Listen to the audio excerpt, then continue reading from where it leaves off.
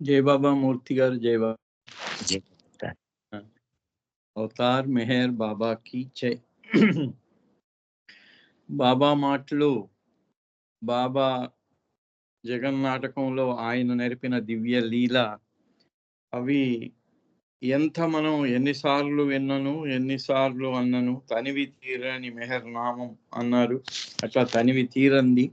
అది ఎన్నిసార్లు చెప్పుకున్నా ఎన్నిసార్లు విన్నా ఎన్నిసార్లు చదివినా అది తనివి తీరనటువంటి దివ్య గాథ. అందుకని ఇదైతే మరి ఎన్నో వేల సంవత్సరాల జరిగిన గాథలను కూడా ఇంకా మరీ మరీ వింటూనే ఉన్నాము. తన్మయత్వం చెందేవాళ్ళు చెందుతున్నారు, రకరకాలుగా దాని లాభం పొందేవాళ్ళు పొందుతున్నారు. ఇదైతే మనం ఈ మన యుగంలో ఇప్పుడు అన్నిటికీ 100 సంవత్సరాలు కాలం అంటే శతాబ్ది జరుపుకునే అటువంటి రోజులు వస్తున్నాయి వరుసగా ఒకటి తర్వాత ఒకటిగా. పోయిన సంవత్సరం సప్తవర్ణ పతాకానికి శతాబ్ది జరిగితే ఈసారి మౌన వార్షిక శతాబ్ది జరగబోతోంది. సో అలా మౌనంగా బాబా చెప్పినటువంటి మాటలు, ఆయన ఇచ్చిన సందేశాలు ఇంకా ఎక్కడైనా కొన్ని సందర్భానుసారంగా అటు ఇటు ఉంటాయేమో కానీ బాబా చెప్పింది ఒకటే ఆధ్యాత్మికము తప్ప వేరేది లేదు. ఏ కోరిక లేనటువంటి ప్రేమ ఉండాలి తప్ప ఇంకోటి లేదు. ఆయన మరి ఇంత పెద్ద లార్డ్ మెహర్ గ్రంథం అయితే 6000 పేజీల గ్రంథంలో కూడా ఆశాంతం మొదటి నుంచి ఆఖరి వరకు కూడా ఆయన చెప్పిన ప్రేమ, విధేయత, సర్వార్పణ అవి మొత్తం వడబోసి చెప్తే 3 పదాల్లో చెప్పవచ్చు అన్నమాట. అలా మరి ఏప్రిల్ 1958 సంవత్సరం బాబా మహాబలేశ్వర్లో ఏకాంతవాసంలో ఉన్నారు. రెండవ యాక్సిడెంట్ జరిగి 2 సంవత్సరాలైంది. సో బాబా అలా మహాబలేశ్వర్లో ఏకాంతవాసంలో ఉన్నప్పుడు జరిగిన కొన్ని సంఘటనలను మనం చెప్పుకుందాం.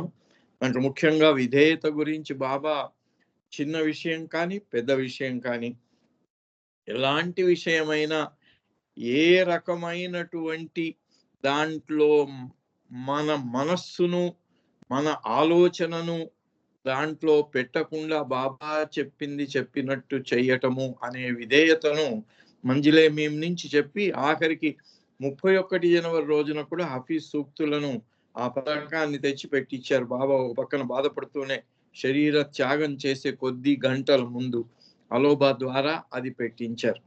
సో అలాగా బాబా మహాబలేశ్వర్లో ఉన్నారు. మహాబలేశ్వర్లో బాబా అప్పుడు షాపూర్ హాల్ అనే చోట ఉన్నారు. అక్కడ మొదటి సంఘటన ఏమిటి అంటే బాబాకు మనకు తెలుసు మెమోయిర్స్ ఆఫ్ ఎ జెటటిక్ అని ఒక పుస్తకం రాశాడు అమియా కుమార్ హజ్రా.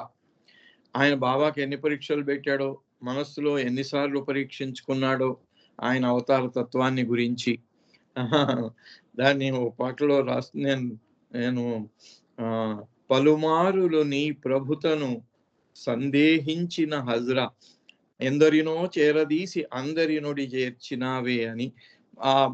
అలాంటి వాళ్ళనందరినీ కూడా ఎవరు ఎన్నిసార్లు బాబా అన్నారు ఒక్కసారి పరీక్షించుకోవచ్చు. ఎందుకంటే పుట్టుకతో వచ్చిన పళ్ళు ఒకసారి రాలిపోతాయి, రాలిపోయిన తర్వాత మళ్ళీ వస్తాయి. మళ్ళీ వస్తే మళ్ళీ రాలగొట్టుకుంటే రావు. మళ్ళీ డెంటిస్ట్ దగ్గరికి వెళ్ళి ఆర్టిఫిషియల్ పళ్ళు పెట్టించుకోవాల్సిందే తప్ప ఆ పళ్ళు మళ్ళీ రావు. కానీ మొదటిసారి పుట్టుకతో వచ్చిన పళ్ళు పోతే మళ్ళీ వస్తాయి. అలాగా భగవంతుని గురించి అంటే ప్రియతముడి గురించి ప్రేమికుడు, గురువును గురించి శిష్యుడు అలా పరీక్షించుకోవచ్చు. పదే పదే పరీక్షించుకోవటం అంటే అది వారి యొక్క అజ్ఞానానికి, వారి యొక్క సందేహానికి, పలుమార్లు సందేహించిన హజురా అన్నట్టు పలుమార్లు దాన్ని పరీక్షించుకోవటం అనేది అంటే ఆ ప్రియతముని ఏడల ప్రేమికుడికి కానీ గురువు ఏడల శిష్యుడికి కానీ ఉండే ఆ విశ్వాసం యొక్క కొంచెం లోపమే అని చెప్పుకోవచ్చు. సో అలా ఆయన అమియా కుమార్ హజరా ఏం చేశాడు, బాబా పట్ల ఆయనకి ఎప్పుడైతే పరిపూర్ణమైనటువంటి విశ్వాసం కలిగి బాబాను అనుసరించటం మొదలు పెట్టాడో, ఆయన లెక్చరర్, ఇంగ్లీష్ లెక్చరర్, ఆయన ప్రొఫెసర్, ఆయన మంచి దిట్ట ఇంగ్లీష్లో. సో ఏం చేశాడు, ఆ ఉద్యోగం వదిలేశాడు. వదిలేసి ఎక్కడో దూరంగా ఒక చిన్న కుగ్రామంలో వెళ్ళి అక్కడ ఈ మట్టితోని విగ్రహాలు చేసే వాళ్ళందరూ ఉన్నారు, అక్కడ వాళ్ళ మధ్యన ఉండి అక్కడ బాబా సంకీర్తనలు చేయటం, బాబా గురించి చెప్పటం అలా గడుపుతూ ఉంటే ఆయన తల్లి తండ్రి దాని పట్ల చాలా వాళ్ళు ఆశ్చర్యానికి లోనై, ఏంటిది, భగవంతుని భక్తుడై ఉంటే ప్రపంచంలో అన్ని సక్రమంగా చేసుకోవాలి కానీ వదిలేసి సన్యాసిలాగా ఇట్లా వెళ్ళిపోవటం ఏంటి, సమర్థుడైనటువంటి మా అబ్బాయి అని వాళ్ళు బాబాకు లెటర్ రాశారు. అప్పుడు బాబా ఆయన్ని పిలిపించాడు, అమియా కుమార్ హజరాని. ఆయనతో పాటుగా ఉండే ఇంకొక ప్రొఫెసర్ శర్మ అని ఇద్దరు కలిసి మహాబలేశ్వర్కు వెళ్ళారు. వెళ్ళి వాళ్ళు అక్కడ కోహియార్ అని బాబా ప్రేమికుడు ఉండేవాడు. ఆయన రిప్పన్ హోటల్ అని ఒక హోటల్ను నడిపేవాడు. మేము కూడా ఏటీలో వెళ్ళినప్పుడు ఆ హోటల్లోనే ఉన్నాము. ఆయన మాకు కూడా చాలా మంచి ఆతిథ్యం ఇచ్చారు, కోహియారు. సో అక్కడ వాళ్ళుండి బాబా దగ్గరికి మహాబలేశ్వర్లో బాబా ఉన్న షాపూర్ హాల్కి వెళ్ళారు. బాబా ఎందుకు ఆయనే పిలిచారు కదా, బాబా పిలిచారు కదా. వెళ్ళిన తర్వాత ఆ ఇద్దరు ప్రొఫెసర్లను బాబా అడిగారు, ఎంత ఉద్యోగాన్ని వదిలిపెట్టారు అని. అంటే బాబా ఎంత సర్వజ్ఞుడో, ఆయనకు మళ్ళీ కూడా ఎంతటి ఇది ఇచ్చారంటే, గబగబా బాబా అపాయింట్మెంట్ మామూలుగా మరునాడు ఉన్నా కూడా వీళ్ళు వెళ్ళగానే అదే రోజు బాబా పిలిచారు. పిలిచిన తర్వాత వెళ్ళగానే బాబా ఆయన అడిగాడు, ఇందాక వచ్చే ముందు ఏం తిన్నావు అన్నాడు. ఆ హడావుడిలో మర్చిపోయినాడు, ఆయన ఏం తిన్నదో తెలియదు. ఆ తిన్న వస్తువులన్నీ ఏమేమి తిన్నాడో అన్ని బాబా పూసగుచ్చినట్టు చెప్పాడు. చెప్పి ఆయనను దిగ్భ్రాంతికి గురి చేసి, నాకు అన్నీ తెలుసు కాబట్టి నేను చెప్పినట్టు చెయ్యాలి మీరు అనే విషయాన్ని వాళ్ళకి దృఢంగా చెప్పటానికి, అయితే వాళ్ళను సరి చెయ్యటానికి బాబా, అంటే ప్రేమ అంటే ఎలా ఉండాలి, విధేయత ఎలా ఉండాలి అనే విషయాన్ని చెప్తూ బాబా అన్నాడు, మీరు ఇలా మీకు తోచిన విధంగా ఇలా చేస్తే బాగుంటుంది, అలా చేస్తే బాగుంటుంది. అందుకే కదా ఉద్యోగాన్ని వదిలేసి, ప్రొఫెసర్గా ఉన్న ఆయన ఉద్యోగాన్ని వదిలేసి వెళ్ళి ఎక్కడో చిన్న కుగ్రామంలో కూర్చొని వాళ్ళతో పాటుగా ఇచ్చేయటము.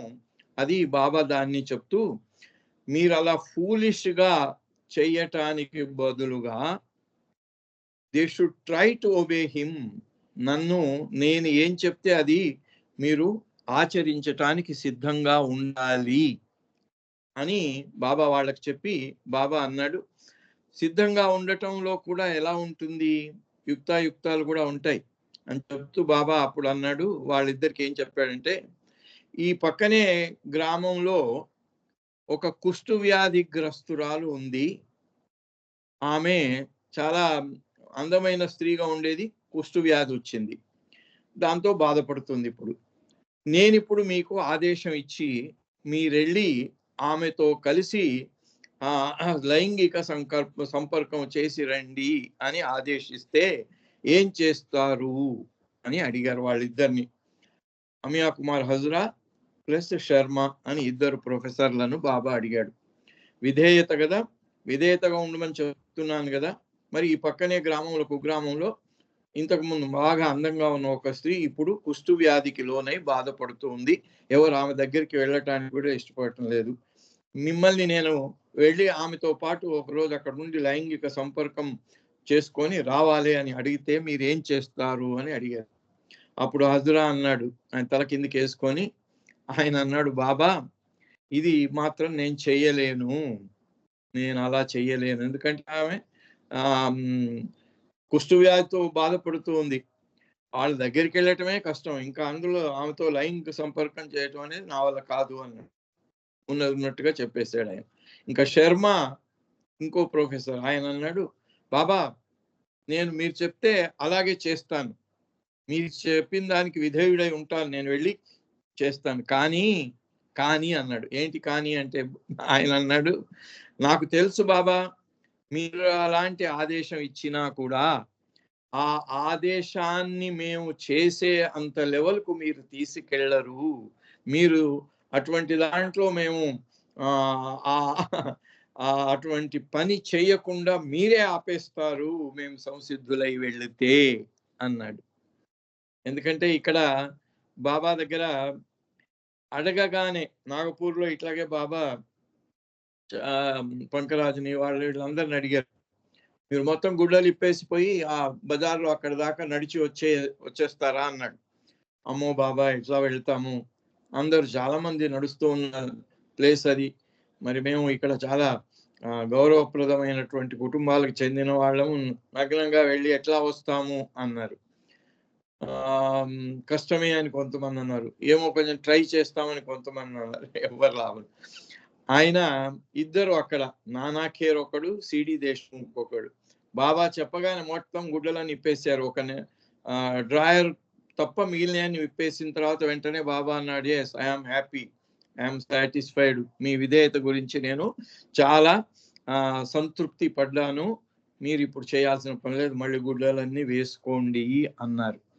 బహుశా అది చూసేమో ఈ శర్మ ప్రొఫెసర్ అన్నాడు, బాబా నేను ఒబే చేస్తాను, కానీ నాకు తెలుసు మీరు అలాంటి దాంట్లో మేము పడిపోయి అలాంటి పాడు పని చేసేలాగా మీరు మమ్మల్ని చేయకుండా మమ్మల్ని కాపాడుతారు, రక్షిస్తారు అని. అప్పుడు బాబా నవ్వి అన్నాడు, ఓ శర్మ నువ్వు చాలా తెలివైన వాడివే అన్నాడు. అలా వాళ్ళిద్దరికీ చెప్పిన తర్వాత బాబా ఆ హజరాకు చెప్పాడు, నువ్వు మళ్ళీ వెళ్ళి నీ ప్రొఫెసర్షిప్ అంటే నువ్వు ఇంగ్లీష్ ప్రొఫెసర్గా మళ్ళీ ఉద్యోగం సంపాదించుకో అని ఆయనకు ఆదేశం ఇచ్చాడు. ఆ తర్వాత శర్మాన్ కూడా అన్నాడు, ఆయన ఇంకా పెళ్లి కాలేదట, ఈయనకు కూడా కాలేదు, ఈయన చేసుకోలేదు, ఆయన చేసుకోలేదు. ఆయన తన్నట ఆయన పెళ్లి కోసం చూస్తున్నట్టున్నాడు. ఆ పెళ్లి గురించి బాబా ఆయనకు చెప్పవలసినటువంటి ఆదేశం చెప్పి మీరిద్దరూ జబల్పూర్కి వెళ్ళి నేను చెప్పినట్టు చెయ్యండి అని వాళ్ళకి విధేయత అనేది ఎలా ఉండాలి అనే విషయం బాబా చెప్పారు. అలాగా ఆ తర్వాతే అక్కడే బాబా ఉన్నటువంటి షాపూర్ హాల్ అనే ఆ హాల్లో ఒక సంఘటన జరిగింది. ఎందుకంటే బాబా దగ్గర అప్పుడు నలుగురు ఉన్నారు, ఈరిచ్, భావు, సావక్ కొత్వాల్, బాబా తమ్ముడు జాల్. ఈ నలుగురిలో వాళ్ళ టైం ప్రకారంగా ప్రతి ఒక్కరు కూడా డ్యూటీ చేసుకుంటూ ఉండేవారు. ఆ డ్యూటీ చేసుకుంటూ ఉంటే అక్కడ ఆ షాపూర్ హాల్లో ఈ మండలి వాళ్ళ కోసం నలుగురికి 3 మంచాలు ఉన్నాయట. ఆ 3 మంచాలు ఉన్నట్టు ఉన్న ఆ సమయంలో వీళ్ళేమో నలుగురైనా కూడా ఎప్పుడూ ఒకళ్ళు బాబా దగ్గర డ్యూటీలో ఉండేవారు. కాబట్టి పడుకునే సమయంలో ముగ్గురే ఉండేవాళ్ళు. ముగ్గురు పడుకునేవాళ్ళు. మళ్ళీ డ్యూటీకి వెళ్ళే మనిషి లేచి వెళ్ళిపోయిన తర్వాత మళ్ళీ డ్యూటీ నుంచి వచ్చిన వ్యక్తి పడుకునేవాళ్ళు. అట్లా ఆ డ్యూటీస్‌లో మధ్యాహ్నం 1 గంట నుంచి రాత్రి 11 గంటల దాకా బావూజీ డ్యూటీ. మళ్ళీ 11 గంటల నుంచి ఉదయం 6 గంటల వరకు సావక్ కొత్వాల్ డ్యూటీ. అయితే ఈయన సావక్ కొత్వాల్ వెళ్ళిపోగానే డ్యూటీకి బావూజీ వచ్చి పడుకునేవారు. అలా ఒక మంచంలో ఇద్దరు వాళ్ళు అడ్జస్ట్ చేసుకున్నారు. ఆ సమయంలో బాబా తనకు పని ఉండి సదాశివ్ పటేల్‌ను పూనా నుంచి పిలిపించారు. పూనా నుంచి పిలిపించగానే సదాశివ్ పటేల్ వచ్చాడు. ఆ రోజు వస్తున్నాడు. ఆ రోజు సాయంత్రం వస్తాడు. అప్పుడు బాబా వీళ్ళకు చెప్పారు, భావుకు ప్రత్యేకంగా, సదాశివ్ పటేల్ వస్తే ఆయన తన బెడ్డింగ్ నేల మీద వేసుకొని నేల మీద పడుకోవాలి గాని మీ మంచాల్లో పడుకోనివ్వకండి అన్నాడు. మరి నిజానికి అది పెద్ద విషయమేం కాదు. బాబా ఇచ్చినటువంటి చిన్న విషయమే ఆదేశం. ఏమైంది, ఆ రోజు సాయంత్రం 4 గంటలకు వచ్చాడు ఈయన సదాశివ్ పటేల్. ఆ టైంలో బావూజీ బాబా దగ్గర డ్యూటీలో ఉన్నారు. బాబా డ్యూటీలో ఉన్నారు కదా, అందుకని రాత్రి అయిపోగానే వెంటనే ఈయన సదాశివ్ పటేల్ ఖాళీగా ఉన్న మంచం మీద పడుకున్నాడు. పడుకోగానే ఇక బావుజీ 11 గంటలకు వచ్చాడు. 11 గంటలకు రాగానే పడుకొని ఉన్నారు. 3 మంచాలు ముగ్గురు ఉన్నారు. ఇక సావక్ కొత్వాల్ అయితే డ్యూటీకి వెళ్ళిపోయాడు, కానీ ఈయన కొత్త ఆయన వచ్చాడు కదా, సదాశివ్ పటేల్, ఆయన పడుకొని ఉన్నాడు. ఈయన బావుజీ ఏమనుకున్నా అంటే, సదాశివ్ పటేల్ నాకంటే చాలా సీనియర్. ఎందుకంటే మొట్టమొదలు సదాశివ్ పటేల్ ఇంటి నుంచే కదా బాబా కార్యక్రమం ప్రారంభమైంది 22లోనే. సో అట్లా ఈయన చాలా సీనియర్ బాబా అనుచరుడు కదా, అందుకని ఆయన్ని ఇబ్బంది పెట్టడం ఎందుకు, తర్వాత వయస్సు మళ్ళిన వాడు కూడా, అందుకని ఆయన పడుకొని నేనే కింద పడుకుంటాను అని బావుజీ ఏం చేశాడు, కింద పడుకున్నాడు. కింద పడుకొని అంటే ఆయన సదాశివ్ పటేల్ 1918 నుంచి బాబాతో ఉన్నాడు. 58కి అప్పటికి 60 ఏళ్ళు అయిపోయింది. 60 ఏళ్ళ నుంచి ఆయన ఉన్నాడు. బావుజీ వచ్చి ఓన్లీ 3 సంవత్సరాలైంది, 5 సంవత్సరాలైంది. 53లో వచ్చాడు, 58కి 5 సంవత్సరాలైంది. అందుకని బావుజీ ఆయనను డిస్టర్బ్ చేయకుండా కింద బెడ్డింగ్ వేసుకొని పడుకున్నాడు. మరునాడు మళ్ళీ డ్యూటీకి వెళ్ళగానే వెళ్ళగానే బావుజీని అడిగాడు, రాత్రి ఎక్కడ పడుకున్నావు నువ్వు? బాబా వదిలిపెట్టడం అన్నమాట. బాబా ఆయన్ని డ్యూటీకి వెళ్ళటానికి ముందే పిలిచి, రాత్రి ఎక్కడ పడుకున్నావు నువ్వు అని అడిగాడు. అడిగితే బావుజీ చెప్పాడు ఉన్న విషయం. బాబా సీనియర్ మెంబరు, చాలా ఏజ్డ్ మనిషి, 60 ఏళ్ళ నుంచి మీ అనుచరుడుగా ఉన్నాడు. అందుకని ఆయన నేను వెళ్ళేసరికి నిద్రలో ఉన్నాడు. ఆ నిద్ర నుంచి ఆయన ఎందుకు డిస్టర్బ్ చేయాలి, ఆయన పడుకోనివ్వు అని చెప్పేసి నేను ఆయన్ని లేపకుండా నేనే కింద పడుకున్నాను అన్నాడు. అప్పుడు బాబా అన్నాడు, why did not you wake him up? నా ఆదేశం ఏంటి? సదాశివ్ పటేల్ కింద పడుకోవాలి, మీరు ఎవరు కూడా, నాకు డ్యూటీ చేసే వాళ్ళు ఎవరు కూడా కింద పడుకోవద్దు. ఆ 3 మంచాల్లో మీరు ఇంతవరకు ఎలా అడ్జస్ట్ అవుతున్నారో అలాగే అడ్జస్ట్ అయి పడుకోవాలి. ఆయన్ని ఎందుకు లేపలేదు నువ్వు అని బావుజీని అడిగాడు.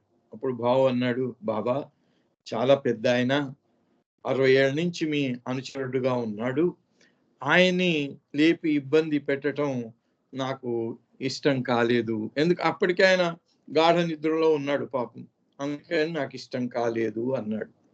చూడండి బాబా ఆ విధేయత గురించి ఎంత సీరియస్ గా ఉంటారో. ఎందుకంటే ఈ విషయాన్ని బాబా మరీ మరీ చెప్తూ, ఎందుకంటే మంజిలేమియం టైంలో ఇది ఇలాగే ఇంతకంటే స్వల్పమైన విషయం. మంజిలేమియంలో ఒకరోజు సాయంత్రం బాబా అందరిని సమావేశానికి పిలిచి, సమావేశం అయిపోగానే అందరూ వెళ్ళిపోతుంటే బాబా అన్నాడు, మీరు వెళ్ళి నేరుగా మీ బెడ్డింగ్ వెళ్ళి పడుకోండి అన్నాడు. వాడు అందరూ వెళ్ళిపోయినారు. ఒక ఇద్దరు మాత్రం వాళ్లకు మూత్ర విసర్జన కొంచెం అది ఇచ్చ ఉండింది. వాళ్ళు బయటికి వెళ్ళి, అప్పుడు బయటన మూత్ర విసర్జన చేసేవారు కాలువల్లో, ఆ బయట పక్కన మంజిలేమియం బిల్డింగ్ పక్కన ఓపెన్ గా ఉన్న చోట. అయితే వాళ్ళిద్దరు, ఒక ఇద్దరు మాత్రం బయటికి వెళ్ళి మూత్ర విసర్జన చేసి వచ్చి పడుకున్నారు. బాబా దాన్ని మరవకుండా దాన్ని అడిగి, మీరు నేను వెళ్ళి పడుకోమంటే బాబా మూత్ర విసర్జన కదా, అదేం పెద్ద విషయం, మూత్ర విసర్జన చేసాం, వచ్చాం, పడుకున్నాం, మళ్ళీ మేము ఎక్కడికి వెళ్ళలేదు, మేము అది మీ ఆదేశానికి విరుద్ధము, మీ ఆదేశాన్ని మేము ఉల్లంఘించినట్టు అవుతుంది అని మేము అనుకోవటం లేదు అన్నారు. అంటే బాబా అన్నాడు, కాదు, అలాంటప్పుడు మీరెళ్ళి మీ పక్క మీద ఒక 5 నిమిషాలైనా పడుకొని మళ్ళీ మూత్ర విసర్జనకు వెళ్ళవలసింది. అప్పుడే నా ఆదేశాన్ని మీరు తూచా తప్పకుండా ఆచరించినట్లు అవుతుంది అని ఆ విధేయతకు ఎంత ఇది చెప్పి బాబా చెప్పారు. ఎందుకంటే బాబా అన్నాడు, నేను ఇంత చిన్న విషయంలో కూడా మిమ్మల్ని ఎందుకు సంసిద్ధులను చేస్తున్నాను అంటే, నేను ఇవ్వటానికి వచ్చినటువంటి నా కృపను మీకు ఇచ్చే టైంలో, ఆ కృపను నేను ఇవ్వాలనేటువంటి మూడు నాకు వచ్చినప్పుడు, నేను ఇలాగే చెప్పాను అనుకోండి, అప్పుడు మీరు నా దగ్గరికి రాకుండా ఇంకెక్కడికో వెళ్ళి అటు నుంచి వచ్చారనుకోండి, మీరు వచ్చేసరికి నేను ఇవ్వదలుచుకున్నది ఇచ్చే టైం అయిపోతుంది, యూ విల్ మిస్ ఇట్. మనకు ఒక పాల అతని స్టోరీ ఉంది, ఒక బాబా చెప్పిన స్టోరీ. ఒక గురువు గారి దగ్గర శిష్యుడు ఉండేవాడు. ఎప్పుడు అయ్యో నాకు ఇన్నేళ్ల నుంచి మీ దగ్గర నేను శుశ్రూష చేస్తున్నాను, మీ శిష్యుడుగా ఉన్నాను, నాకేం దొరకలేదు, నాకు మోక్షం ఎప్పుడు ఇస్తారు గురువు గారు, ఎప్పుడు ఇస్తారు గురువు గారు అని గురువు గారిని వేధించసాగి అయితే గురువు గారు అన్నాడు, సరే సరే నువ్వు ఇంతగా వేధిస్తున్నావు కాబట్టి రేపు ఉదయం పొద్దున్నే 5 గంటలకు వచ్చి నా తలుపు కొట్టు. ఫస్ట్ నేను నిన్నే చూడాలి, నిన్ను చూడగానే నీకు ముక్తి వచ్చేస్తుంది పో అన్నాడు. పాపం వెళ్ళి గురువు గారి డోర్ దగ్గర రాత్రంతా జాగరణ చేశాడట. సరిగ్గా పొద్దున 5 గంటలకు 5 నిమిషాలు ముందు రాత్రంతా జాగరణ చేయటం వల్ల కునుకొచ్చేసింది. ఓ కునుకొచ్చి ఇట్లా కూరుకుతున్నాడు. సరిగ్గా 5 గంటల టైంలో ఆ కూరుకులో ఉండి మర్చిపోయాడు గురువుగారు తలుపు కొట్టడం. ఈలోగా పాలవాడు వచ్చి తలుపు కొట్టాడట. గురువుగారు వచ్చి తలుపు తీసి చూడగానే ఆ పాలవాడికి వాడికి ఆ ప్రాప్తించింది, వాడికి ఆ భగవదైక్యం, ఆ ముక్తి అనేది గురువు గారి. ఎందుకంటే గురువు గారు ఆ 5 గంటలకు సరిగ్గా ఎవరు తలుపు కొట్టి ఫస్ట్ నేను నిన్నే చూస్తాను, ఫస్ట్ ఎవరిని చూస్తానో వాళ్ళకి ఆ ముక్తి వచ్చేస్తుంది అని చెప్పాడు కదా. అలా ఆ పాలవాడికి సిద్ధించింది. ఆ కరెక్ట్ గా ఆ టైంకి వచ్చినటువంటి నిద్ర అనేది వాడిని ముక్తికి అనర్హుణ్ణి చేసింది. అంటే దాంట్లో అనర్హత ఏమి లేదు, నిజానికి పాలవాడికే అర్హత ఉండింది, ఆ శిష్యుడికి ఇంకా అర్హత సంసిద్ధత రాలేదు అనే విషయం. అందుకని బాబా అన్నాడు, దానికోసం నేను చెప్పిన మాటను తూచా తప్పకుండా విధేయులుగా వెంటనే పాటించాలి, లిటరల్ ఒబీడియన్స్ అనేది. అందుచేత లేకపోతే నేను ఇవ్వటానికి వచ్చింది ఇచ్చే సమయంలో యు మే మిస్ ఇట్. అందుకని నేను ఇంత చాలా దృఢంగా, చాలా గట్టిగా, చాలా కర్కశంగా మిమ్మల్ని విధేయులుగా ఉండండి అని అంటున్నాను అనే విషయం చెప్పటం జరిగింది. అలా బావుజీ ఎప్పుడైతే ఆయన పెద్ద ఆయన పాప ఆయన డిస్టర్బ్ చేయటం ఎందుకని మీ మాటను అంటే బాబా మాటను కూడా పక్కన పెట్టి ఆయన కింద పడుకున్నాడు. అప్పుడు బాబా చెప్తున్నాడు, బావుజీని కొంచెం గట్టిగానే బాబా మందలిస్తూ ఇలా చెప్పారు బావుజీతో, you thought of Sadashiv not liking it. నీకేమొచ్చింది మనసులో? సదాశివ్ పటేల్ పెద్ద ఆయన, ఇప్పుడు లేపితే పాపం బాధపడతాడు, ఏమనుకుంటాడు, అందుకని ఆయన్ను బాధ పెట్టడం నీకు ఇష్టం కాలేదు. But you had no thought of what I would like. కానీ నేనిచ్చిన ఆదేశాన్ని నువ్వు ఉల్లంఘించినట్టయితే నా బాధ ఎలా ఉంటుందో, నేను దానికి ఎలా ఇదవుతుందో, నా ఇష్టం మాత్రం నువ్వు పట్టించుకోలేదే. సదాశివ్ యొక్క ఇష్టం, ఆయన బాధ, ఆయన అసౌకర్యం, దాని గురించి బాధపడ్డావే తప్ప నా గురించి నువ్వు బాధపడలేదే అని చెప్తూ, you have hurt me more than you can ever know by disobeying me and this heart will never heal.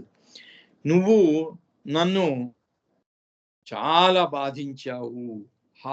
Hurt me more than you can ever know by disobeying me. నువ్వు ఇలాగా నేనిచ్చిన ఆదేశాన్ని ఉల్లంఘించి దాన్ని ఆచరణలో పెట్టకుండా ఎవరికో బాధ అవుతుందని ఇంకొకళ్ళ మీద చూపించినటువంటి ఆ శ్రద్ధ, ఆ ఇది, ఆ ఇష్టం నా యొక్క ఆదేశం మీద చూపించకుండా నన్ను బాధించటమే కాకుండా నన్ను బాగా నొప్పించావు.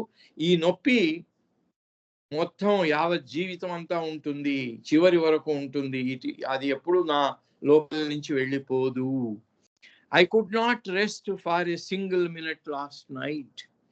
నా ఆదేశాన్ని ఉల్లంఘించి నువ్వు కింద పడుకున్నావు, నువ్వేదో గొప్ప పని చేసావు అనుకున్నావు, ఆయన కలిగే బాధను బాధ కాకుండా చేశాను అనుకున్నావు, కానీ నన్ను ఎంత బాధ పెట్టావో తెలుసా?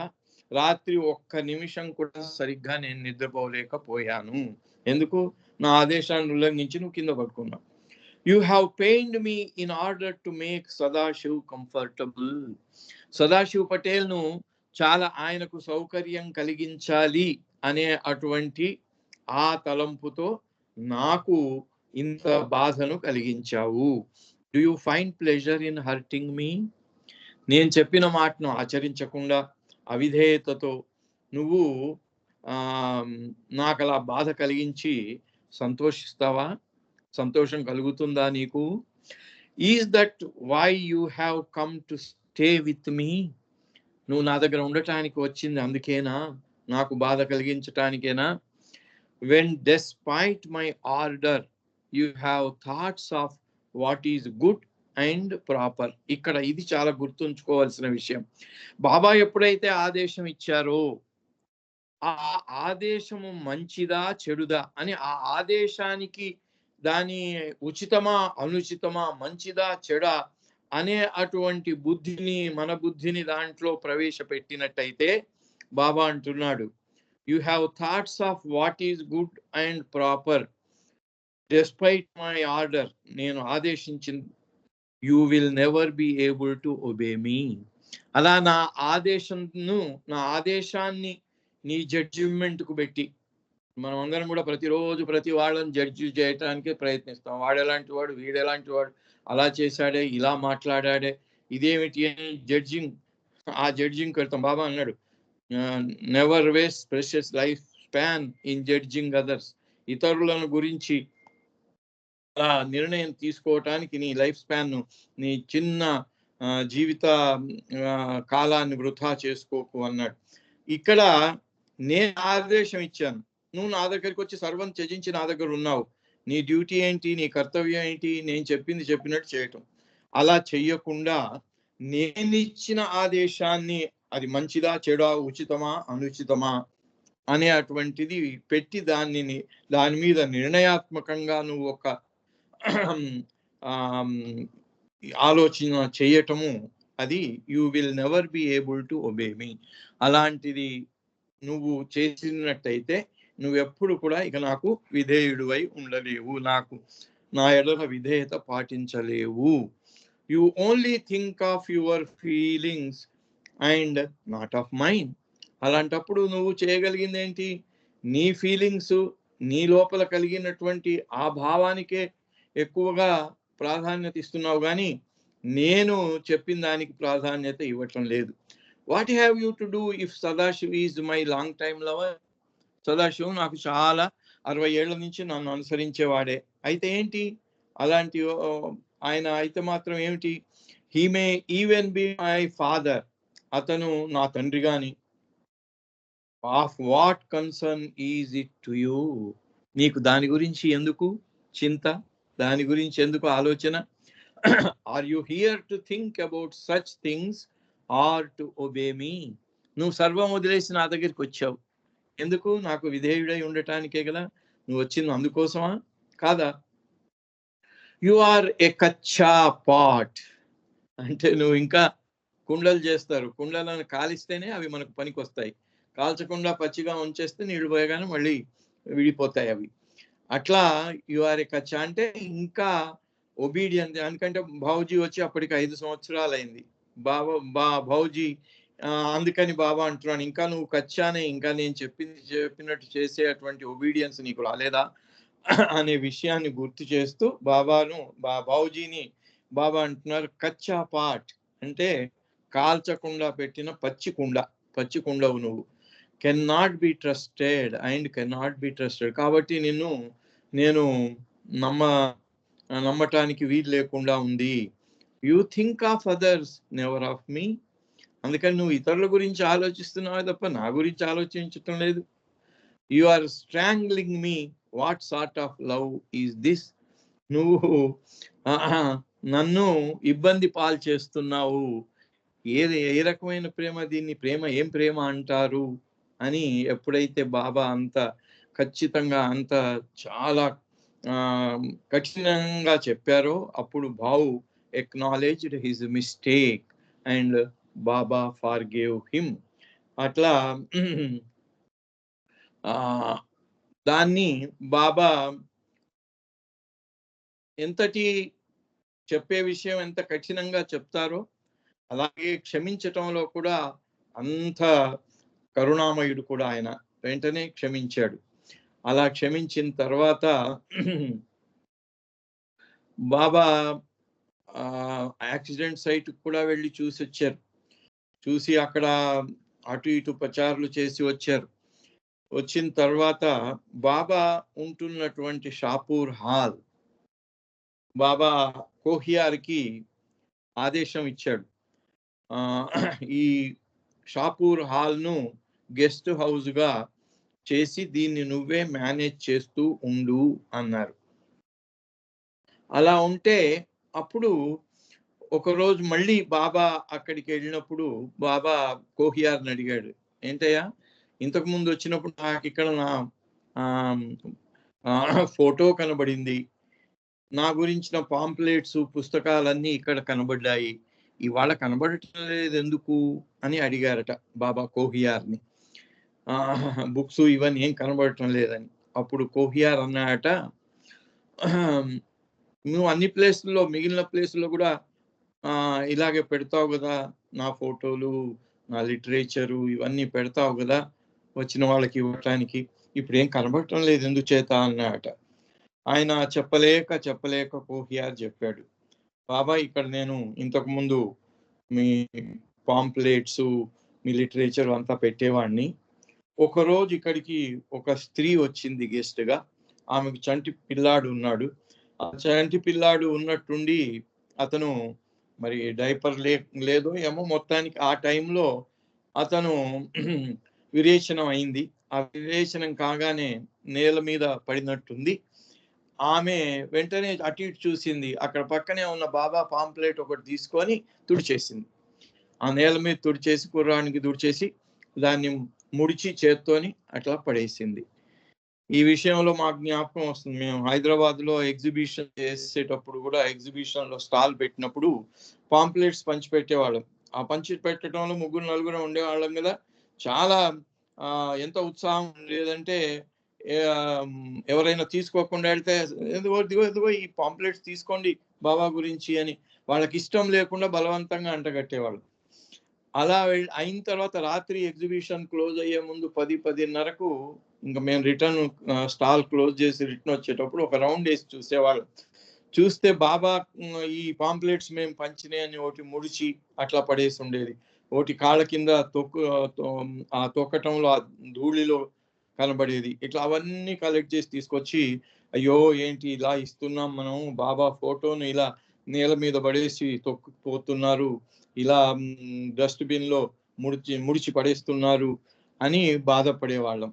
అదే బాధ ఈ కోహియారు బాబా చెప్తూ, బాబా అలా జరిగింది, మీ పాంప్లెట్ ను ఆ పిల్లాడు చేసిన విరేచనం తుడుచడానికి వాళ్ళ తల్లి వాడుకున్నది, అప్పటి నుంచి నాకు మీ లిటరేచర్ మీ పాంప్లెట్స్ అలా పెట్టొద్దు అని అటువంటి విషయం నాకు అర్థమైంది, అప్పటి నుంచి పెట్టడం లేదన్నాడు. After I saw your literature being used as toilet paper, I decided it was useless to put your pamphlet or picture in a public place. Public place లో పెట్టడం నాకు ఇష్టం కావటం లేదు అన్నాడు. దానికి బాబా చూడండి రిప్లై ఏమి ఇచ్చాడో Baba, why get upset over these petty things, ఇట్లాంటి చిన్న చిన్న విషయాల మీద ఎందుకు నువ్వు అప్సెట్ అవుతున్నావు, a time will come when you will see my pictures in the filthiest places, చాలా అసహ్యమైన దుర్గంధభరితమైనటువంటి చోట్లలో కూడా నా బొమ్మలను నువ్వు చూస్తావు, నా ఫోటోలను చూస్తావు. In back Ally's even it will be on stamps badly defects. ఇప్పుడు పోస్టల్ స్టాంపులు ఉంటాయి, పెద్ద పెద్ద వాళ్ళ ఇవి పెట్టి పెద్ద పోస్టల్ స్టాంప్ రిలీజ్ చేసామంటారు, ఆ స్టాంప్ అంటించి పంపిస్తే దాని నిండా ముద్రలు పడతాయి, అది డీఫేస్ అయిపోతుందట.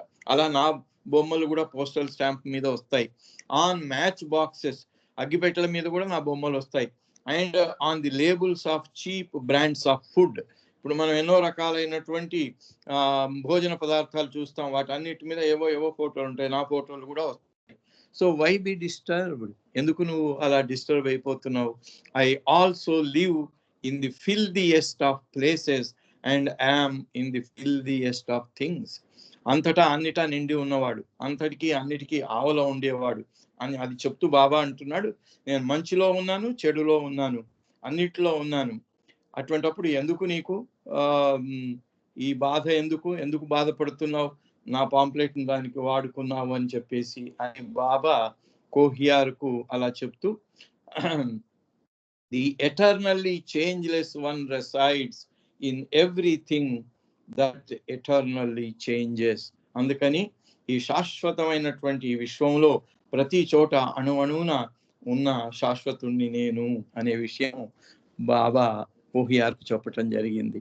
అవతార్ మెహర్ బాబా కి జై. 3 నిమిషాలు ఎక్కువ అయిపోయింది. జయబాబా అండి. రామకృష్ణ గారు చాలా చక్కటి విషయాలు మహాబలేశ్వరంలో బాబా ప్రారంభించిన విధేయత గురించి అనేక ఉపమానాలు, ఎగ్జాంపుల్స్ ఇచ్చారు. మాకెంతో నిజంగా కళ్ళకు కట్టినట్టుగా అనిపించింది.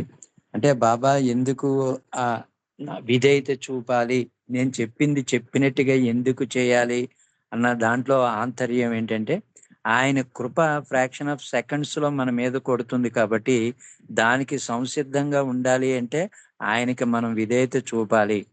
అదే మనకు గురువు గారు మార్నింగే మీకు ఉదయం 5 గంటలకల్లా వచ్చేస్తే నీకు తలుపు తీసిన వెంటనే ఆ ప్రసాదం నా గాడ్ రియలైజేషన్ ఇచ్చేస్తానని చెప్పినప్పుడు, ఈయన ఎంతో తాపత్రయపడిపడి ఆ ఒక్క సెకండ్కి ఆయన తట్టుకోలేకపోవడం, అదేమో ఆ పాలవాడికి వెళ్ళడం వలన, దీనివలన ఏంటంటే మనకి బాబా ఏదైతే చెప్పాడో అది తూచా తప్పకుండా అది చేయాలి. అలాగని అదే చేస్తే దానికి ఇంకో కథ కూడా చెప్పారు బాబా. అది నిన్న చెప్పిన విషయం అలా చేశారు, ఈ రోజు ఇలా చెప్పాను ఇలా చేయండి అని కూడా చెప్పడం జరిగింది.